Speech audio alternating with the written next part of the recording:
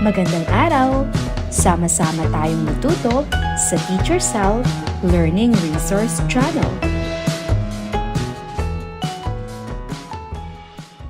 Revised K-12 Curriculum, Filipino 3, Quarter 2, Week 2. Ang ating paksa ay pagkilala sa katangian ng tauhan ng kwentong bayan. Para sa unang araw. Maaari ba ninyong ibahagi ang ilan sa inyong mga natatandaan tungkol sa salitang dinaglat?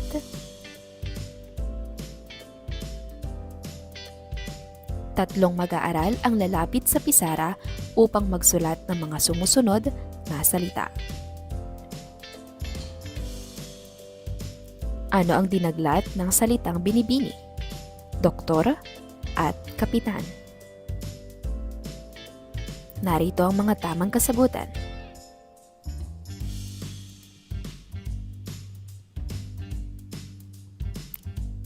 Pagmasdan ang larawan.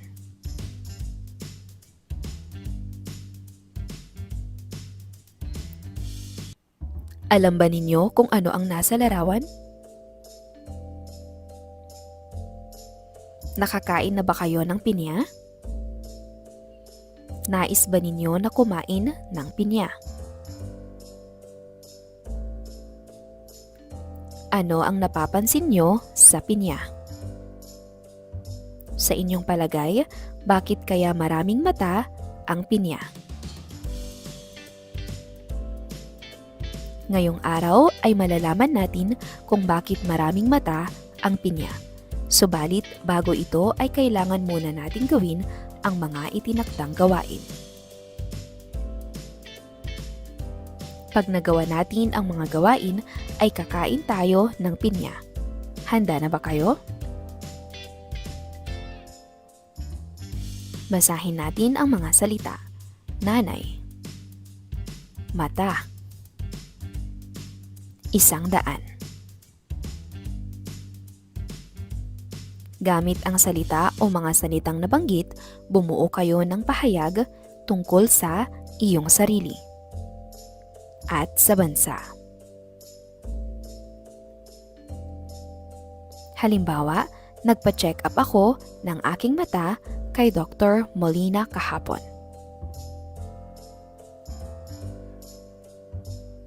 Bakit kaya niyayakap ng mahigpit ng nanay at tatay ang kanilang anak?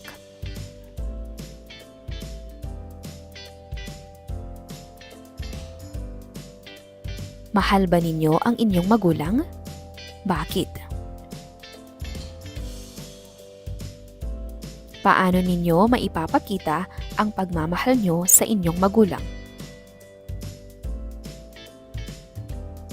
Sa araw na ito ay malalaman natin kung bakit maraming mata ang pinya. Subalit, kailangan muna nating malaman ang kahulugan ng mga sumusunod na salita upang higit nating maunawaan ang kwentong inyong babasahin at upang makakain na tayo ng pinya. Malubha. Ang ibig sabihin ng salitang malubha ay malala. Naglaho, nawala. Sumibol, umusbong. Natagpuan, nakita.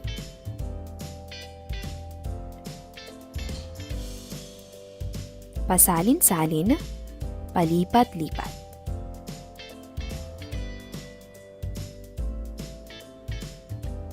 Bakit maraming mata ang pinya? Noong unang panahon, may isang mag-ina. Ang nanay ay masipag at maalaga. Ngunit ang kanyang anak na si Pinang ay maganda nga, ngunit tamad. Laging inuutusan ng ina si Pinang, ngunit ayaw nitong sumunod. Madalas, nagkukunwari siyang hindi naririnig at lagi na lang nakaupo nang walang ginagawa. Dahil dito, labis na nainis at nadismaya ang kanyang nanay. Minsan, nagalit ang ina at nahiling niya na sana ay magkaroon ng maraming mata si Pinang upang makita ang lahat ng kanyang inuutos. Kinabukasan, hindi na nakita ang dalaga.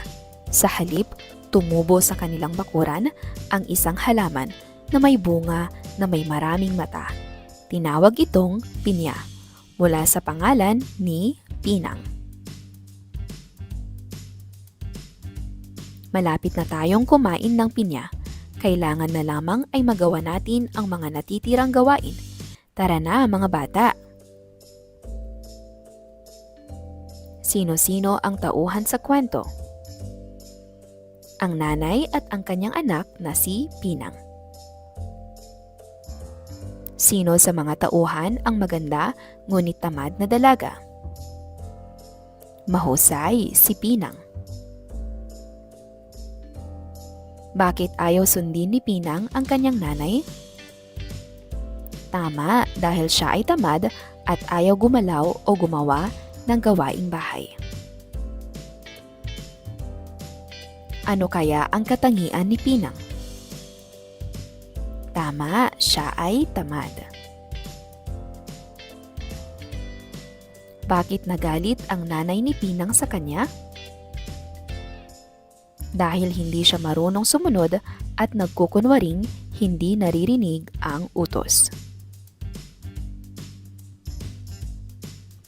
Ano ang hiling ng nanay nang makaramdam ito ng kabiguan at pagkadismaya kay Pinang? Na sana ay magkaroon si Pinang ng maraming mata upang makita lahat ng kanyang inuutos. Isa na lamang ang kailangan nating gawin upang makakain na tayo ng pinya. Tara at magtulungan tayo. Para sa pangkatang gawain, igugrupo kayo sa 3. Tukuyin ang katangian ng tauhan o mga tauhan sa teksto na itinakda sa inyong pangkat. Para sa unang pangkat, magaling sumayaw si Tyra, ngunit ayaw niya itong gawin sa harap ng maraming tao. Kaya umiling siya nang tinawag siya ng kanyang guro sa unahan upang sumayaw. Basahin ang teksto at sabihin ang katangian ng tauhan habang sumasayaw. Sa ikalawang pangkat, Kuya, nahulog po ang inyong pera, sabi ni Andoy, sabay abot ng nahulog na pera sa may-ari nito. Basahin ang teksto at sabihin ang katangian ng tauhan ng patula. Ikatlong pangkat, isadula ang teksto at sabihin ang katangian ni Ella pagkatapos ng pagsasadula. Nang makita ni Ella ang kanyang lola, ay agad itong nagmano. Lola, kumusta po kayo? Pagbati nito. Basahin ang maikling kwento. Ang sisiw. Si Isiw ay isang dilaw na sisiw. Palagi itong nakangiti sa lahat ng sisiw, kaya siya ay kanilang ginigiliw. Ano kaya ang katangian ni Isiw? Masungit, iyakin o masayahin? Tama, ang sagot ay masayahin. Bakit nasabi mong si Isiw ay masayahin? Ano-anong mga salita ang magpapatunay na siya ay masayahin? Tukuyin ang katangian ng tauhan sa bawat teksto. Hanapin ang iyong sagot sa loob ng kahon. Narito ang mga pagpipilian: masinop, masunurin, masipag, mapagmahal, at madasalin. Nakita ni Shai ang isang matandang nahihirapan sa pagtawid sa kalsada. Dahil dito ay isinabay niya ito sa pagtawid sa tawiran. Tama, si Shai ay mapagmahal.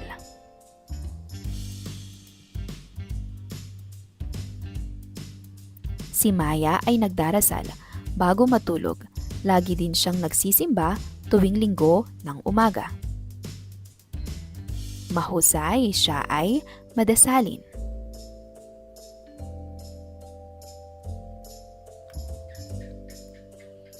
Tatay, mahal na mahal ko po kayo, ang sabi ni Toto sa kanyang tatay pagkatapos niya itong abutan ng isang basong tubig.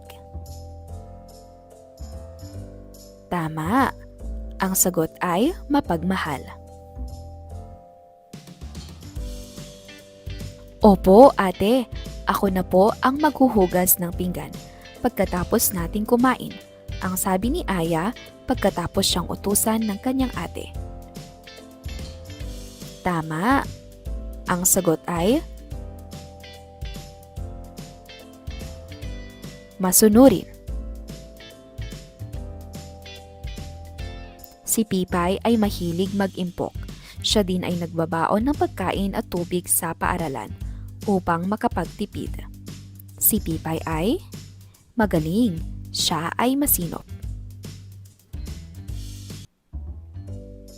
Dahil mahusay niyong natapos ang mga gawain, halina at sabayan niyo ako sa pagkain ng pinya.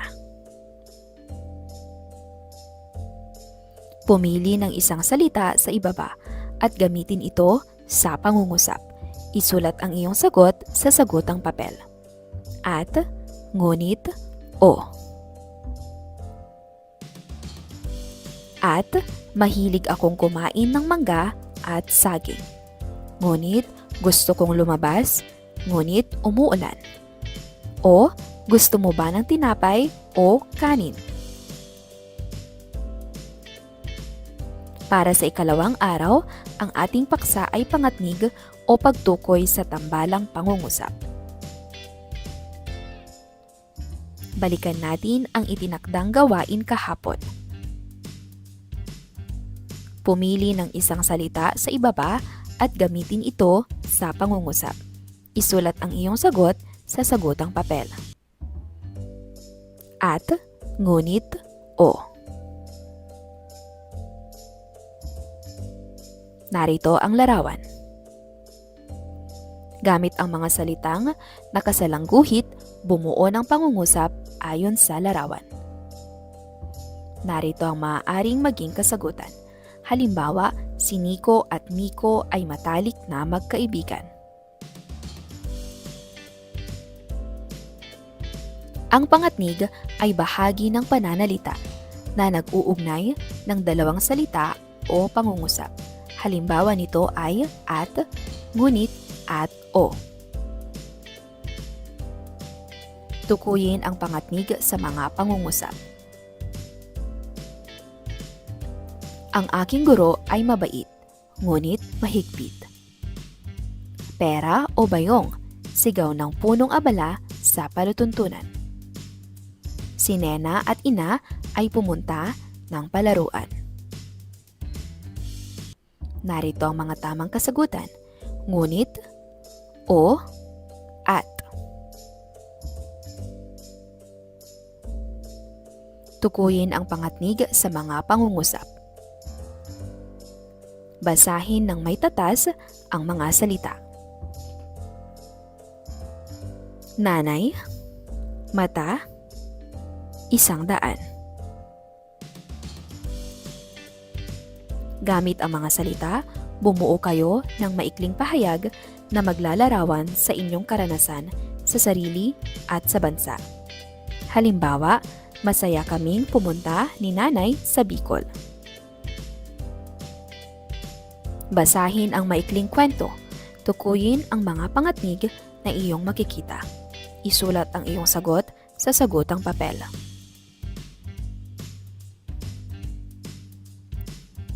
Si Tyra gitara. Si Tyra ay mahilig magtugtog ng gitara. Umaga, hapon at gabi, hindi siya nagsasawa. Kapag siya ay pagod, siya ay naggigitara. Kapag siya ay masaya o malungkot, siya ay naggigitara. Kaya siya ay binansagang Tyra, gitara. Ang mga pangatnig ay at, o. Gawin ang itinakda sa bawat grupo. Para sa unang pangkat, gamit ang pangatnig na o, bumuo ng pangungusap tungkol sa larawan. Isulat ito sa Manila paper at sabay-sabay basahin ng grupo sa unahan. Bigyang diin ang pagbasa ng pangatnig na o. Para sa ikalawang pangkat, gamit ang pangatnig na at, bumuo ng pangungusap tungkol sa larawan. Sabihin ang inyong nabuong pangungusap sa klase habang pumapalakpak. Bigyang diin ang pagbasa ng pangatnig na at. Ikatlong pangkat, napansin ni Nilda na natutuyo na ang rosas sa bakuran. Nakita niya ang timba na may lamang tubig. Ano ang nararapat niyang gawin? Pagmasdan ang larawan.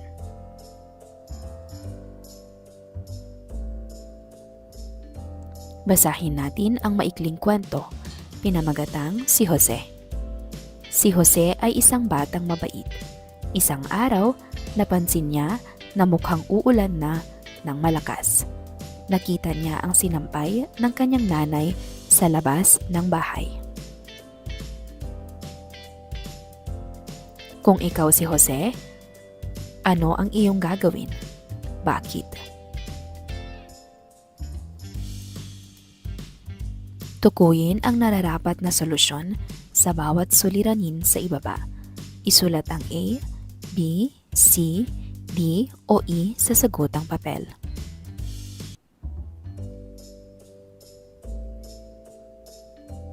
Narito ang mga pagpipilian na solusyon. A. Lalabhan ito. B. Uminom ng tubig. C. Huhugasan ito. D. Lilinisin ang mesa gamit ang basahan. E. Matutulog at magpapahinga. Para sa unang bilang, pagkatapos maglaro sa labas ay naramdaman ni Mira na siya ay nauuhaw. Tama, ang sagot ay B. Uminom ng tubig. Nahulog ang bola ni Nico sa kanal. Magaling, ang sagot ay C. Huhugasan ito. Nakita ni Rosa na madumi ang mesa ng kanilang pinagkakainan. Magaling, ito ay D. Lilinisin ang mesa gamit ang basahan.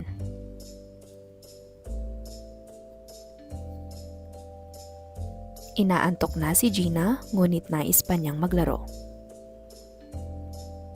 Tama, ang sagot ay E.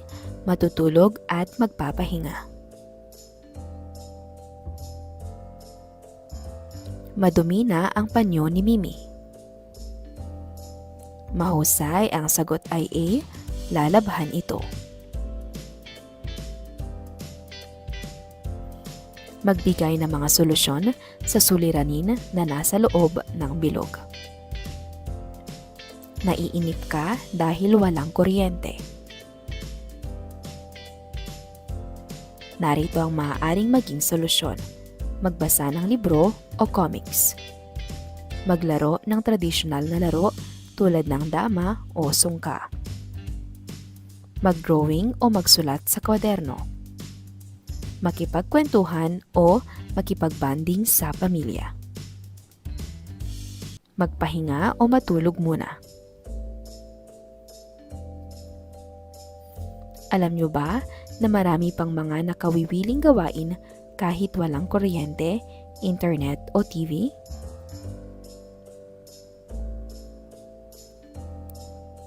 Maaari kang magbasa o pagbabasa ng aklat, paglalaro sa labas, pagtulong sa mga gawaing bahay, pagkikipagkwentuhan sa pamilya o mga kaibigan.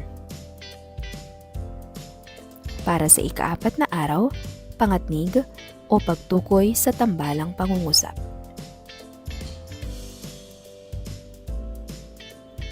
Balikan natin ang kwento ni Matsing at Pagong.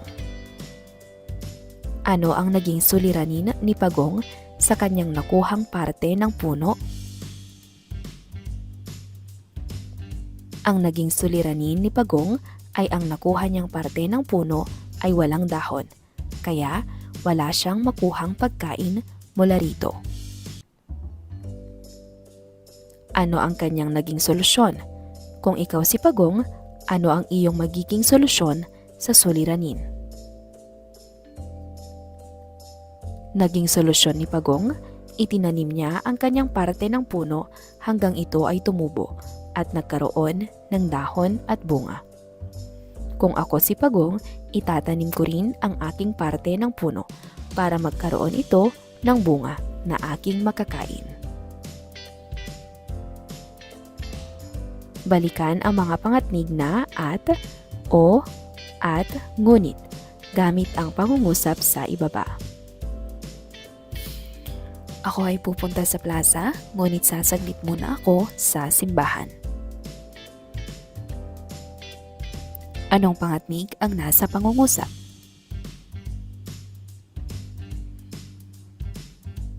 Basahin natin ang mga sumusunod na pangatnig. Samantala, subalit, sapagkat.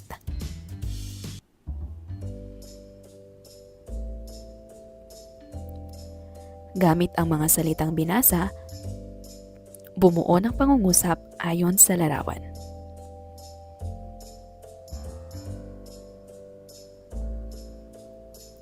Halimbawa, masayang maglaro sa cellphone, subalit mas masaya pa rin ang paglalaro kasama ang mga kaibigan.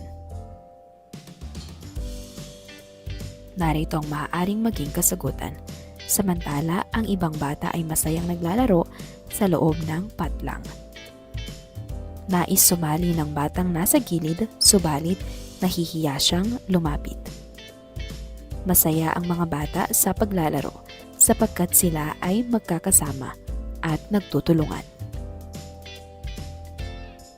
Alam ba ninyo na ang mga salitang nakasalangguhit o highlight ay mga halimbawa din ng pangatnig? Ang subalit, sapagkat at samantala ay mga halimbawa din ng pangatnig katulad ng at, ngunit at o. Tukuyin ang mga pangatnig sa pangungusap. Ang hilig ng aking kapatid ay pagsasayaw, samantalang ako ay pagkanta. Binilinan ako ng aking ama na huwag maligo sa ulan, subalit hindi ako nakinig, kaya ako ay nagkasakit. Lagi tayong pinangangaralan ng ating magulang sapagkat mahal nila tayo. Ang mga pangatnig ay samantalang, subalit at sapagkat. Balikan natin ang mga high-frequency words na nakita sa binasang kwento. Isulat ninyo ang mga ito sa pisara. Saging, pagong, matsing, puno. Gamit ang mga salita, bumuo kayo ng maikling pahayag na maglalarawan sa inyong karanasan sa sarili at sa bansa. Halimbawa, tuwing kainan, hindi nawawala ang saging sa aming hapagkainan. Basahin ang maikling kwento. Tukuyin ang mga pangatnig na iyong makikita. Isulat ang iyong sagot sa sagutang papel.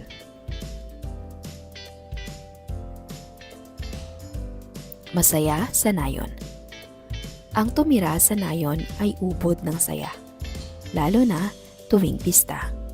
Munting tahanan ay di alintana, sapagkat busog ang puso sa saya.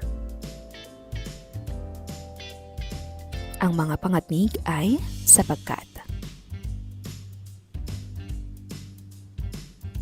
Dumako tayo sa pangkatang gawain.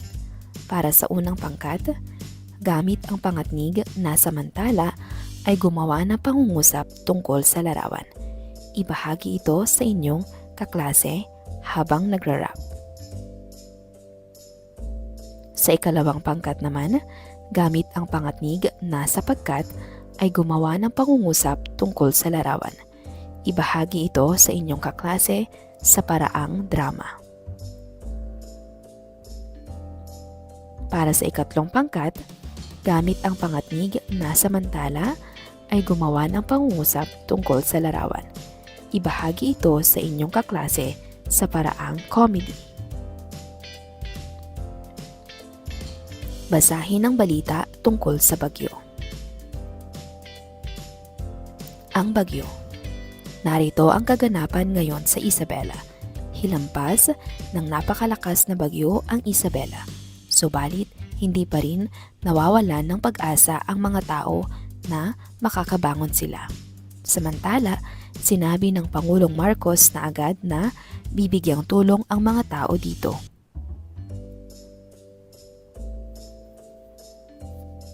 Pagmasdan ang larawan.